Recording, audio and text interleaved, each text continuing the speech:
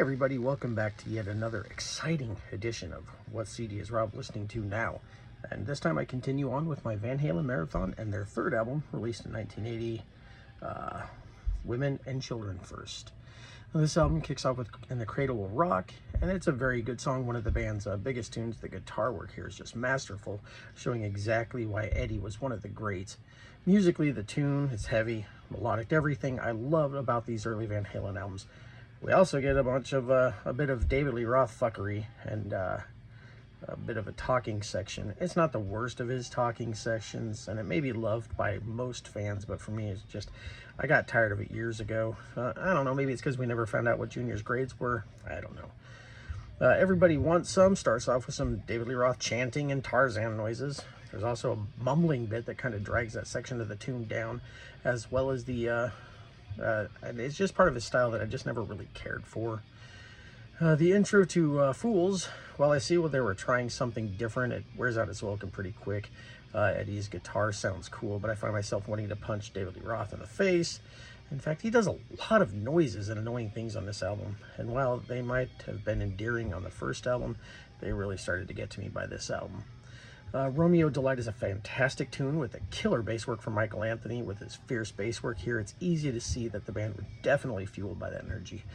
Even David Lee Roth doesn't try to overperform and outshine the band here, except for maybe in the instrumental section, which should have been left instrumental. Overall, a really cool heavy metal tune. Love it. The intro to Tora Tora is probably the closest Van Halen ever got to sounding like Black Sabbath. The instruments are very Sabbathy, with David Lee Roth doing whatever the hell it is that he does in the background. Weird monkey laugh noises. And a very doom metal music leads us right into Loss of Control. And once again, David Lee Roth has to show that he's the king of the band.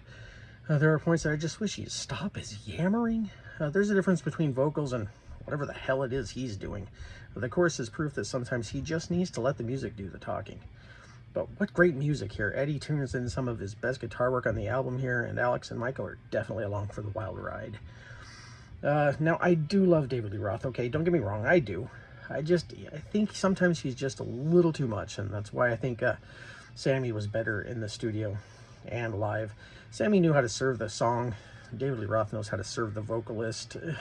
I mean, I love him, but it gets a bit much. Take Your Whiskey Home starts as a very nice acoustic piece before kicking into some amazing bass guitar and drum sound that Van Halen has always been known for. David Lee Roth actually behaves here and turns in probably my favorite vocal performance of the album. Could This Be Magic is a very twangy acoustic thing.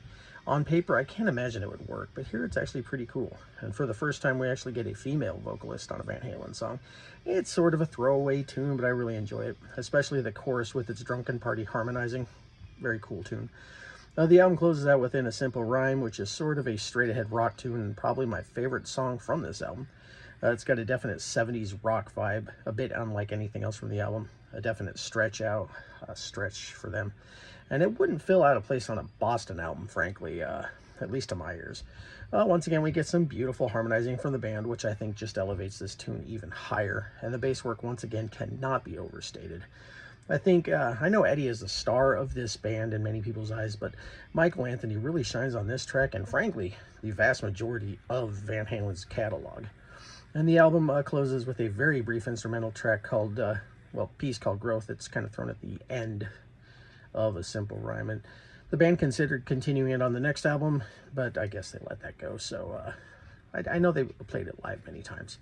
But anyways, that was Van Halen's Women and Children First. And I will continue on with my marathon later. Until then, toodles.